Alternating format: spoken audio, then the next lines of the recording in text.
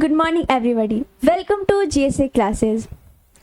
आज के क्लास में हम डिस्कस करने वाले हैं living thing and non living thing, यानी सजीव और निर्जीव के ऊपर। कल की क्लास में हमने देखा बायोलॉजी के ऊपर, यानी एक छोटा सा इंट्रोडक्शन क्लास था जीव विज्ञान के ऊपर, और आज की क्लास में हम जानेंगे सजीव और निर्जीव, यानी living thing and non living thing. अब देखिए, आपने कभी अपने आसपास गौर किया है? आप जो देखते हैं जैसे पेड़ पौधे, मकान, ये सब जैसे एनिमल्स हो गए, बहुत प्रकार के जानवर हो गए, मनुष्य होंगे, ये सब किसके अंतर्गत आते हैं? जैसे सजीव और निर्जीव। तो आज की क्लास में हम डिस्कस करने वाले हैं कि सजीव क्या होता है और निर्जीव क्या होता है। चलिए स्टार्ट करते हैं। सबसे पहले हम जानेंगे पदार्थों के प्रकार। क्या जानेंगे? पदार्थों के प्रकार।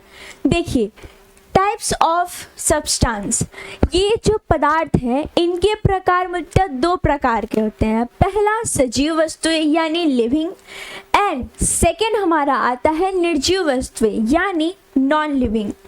अब देखिए, यहाँ पे सजीव वस्तुएं आ रहे हैं, जैसे कि क्या सजीव वस्तु मतलब क्या? जिसमें प्राण हो, जो वस्तुएं सांस लेते हैं, जो चलते हैं, जैसे हम हो गए, आप हो गए, और हम जो जानवर रहते हैं वो हो गए, पेड़ पौधे हो गए, वो सब किसके अंतर्गत आते हैं? सजीव वस्तुओं के अंतर्गत आते हैं। और बात आता है निर्जीव वस्तुएं। तो निर्जीव वस्तुएं किसे कहेंगे? जिसमें जान ना हो, प्राण ना हो, जो सांस ना लेता हो, वो किसके अंतर्गत आता है? निर्जीव वस्तुएं के अंतर्गत आता है। ठीक है, उम्मीद करते हैं कि आप लोग इतना समझ गए होंगे। चलिए आइए नेक्स्ट देखते हैं। अब हमारा ये देखिए, चित्र के माध्यम से आप देख रहे हैं यहाँ पे living thing and non living thing. तो सबसे पहले हम बात करेंगे सजीव, यानी सजीव वस्तुएं होते क्या है, इसका पहचान कैसे करें, कैसे जाने कि ये वस्तुएं सांस लेती हैं या नहीं लेती हैं। तो सबसे पहले आप यहाँ पे चित्र पे ध्यान दीजिएगा। तो अभी मैंने बताया आपको, जिसमें जान हो, जिसमें प्राण हो, वो बोल सके, वो सांस ले सके, वो सब किसके अंतर्गत आते हैं? तो लिविंग थिंग यानी सजीव वस्तुओं के अंतर्गत आते हैं।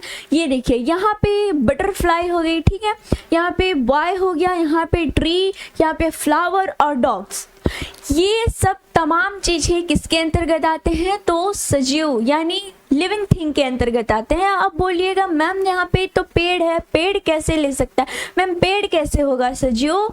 तो यहाँ पे मैं बता दूं कि पेड़ भी सजीव होते हैं। पेड़ में भी वृद्धि होता है, विकास होता है, ये भी अपना भोजन का प्रक्रिया करते हैं, और इनमें भी वृद्धि होती है, यानी ग्रोथ और डेवलपमेंट होता है। ठीक है, अब देखिए नेक्स्ट यहाँ पे अगर हम बात करें, यहाँ पे देखिए, ये जो आपको ये दिख रहा है, ये इतने सारे जो लोग हैं, ये पूरा यहाँ पे कुछ गेमिंग चल रहा है। अब सोचिएगा काश हम भी यहाँ पे जा सकते हैं। आप अगर आपको मौका मिले तो आप जाइए यहाँ पे घूमने। हम तो चाहते हैं घूमना, लेकिन तो समझ रहे हैं आप लोग।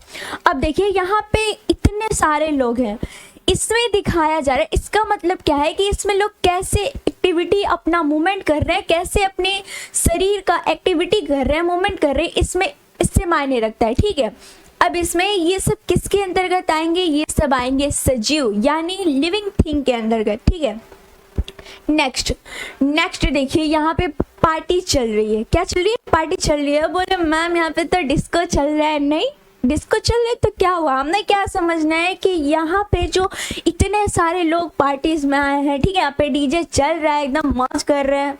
आप लोग भी तो मौज किए होंगे ना भाई, कहीं ना कहीं तो गए होंगे ना, जैसे जाते होंगे छोटे मोटे पार्टी वगैरह में। तो यहाँ देखिए, इसका संबंध किससे है? सजीव वस्तु यानी लिविंग थिंग के। अब देखिए, यहाँ पे इतने सारे लोग जो डांस कर रहे हैं, ये अपने शरीर का क्या कर रहे हैं? एक्टिविटी यानी मूवमेंट कर रहे हैं। तो ये सब क्या हो गया? सजीव वस्तुएं। सजीव अगर सिंपल में बोली जाए तो सजीव उससे कहते हैं जिसमें जान हो, जो सांस ले सके, जो चल सके, जैसे आप हो गए, हम हो गए, जानवर हो गए, वो सब किसके के अंतर्गत आते हैं? सजीव यानी लिविंग थिंग के अंतर्गत। अगर हम नेक्स्ट बात करें तो यहाँ पे गार्डन हो गया, ठीक है। यहाँ पे क्या है, प्लांट्स हैं, यहाँ पे ये रैबिट यानी चूहा है, यहाँ पे डॉग है, ठीक है, यहाँ पे बर्ड्स है, यहाँ पे पिकॉक, यानी ये सब किसके अंतर्गत आते हैं, सजीव यानी लिविंग थिंग के अंतर्गत आते हैं। ये जितने भी आपको चित्र में दिख रहे हैं ये सब किसके अंतर्गत आते हैं, लिविंग थिंग यानी सजीव के अंतर्गत आते हैं। अभी यहाँ पे देखिए ये ट्री हो गया, ठीक है, यहाँ पे ये इतना सुंदर सुंदर गार्डन है। क्या आप कभी गए हैं, कमेंट में ज़रूर बताइएगा अगर आप गए हैं तो। हमने तो भाई घूमा है, हमने बहुत घूमा है, आप घूमे होंगे तो बताइए, निश्चित तौर से आप कमेंट कर सकते हैं। अब देखिए, अब नेक्स्ट देखते हैं।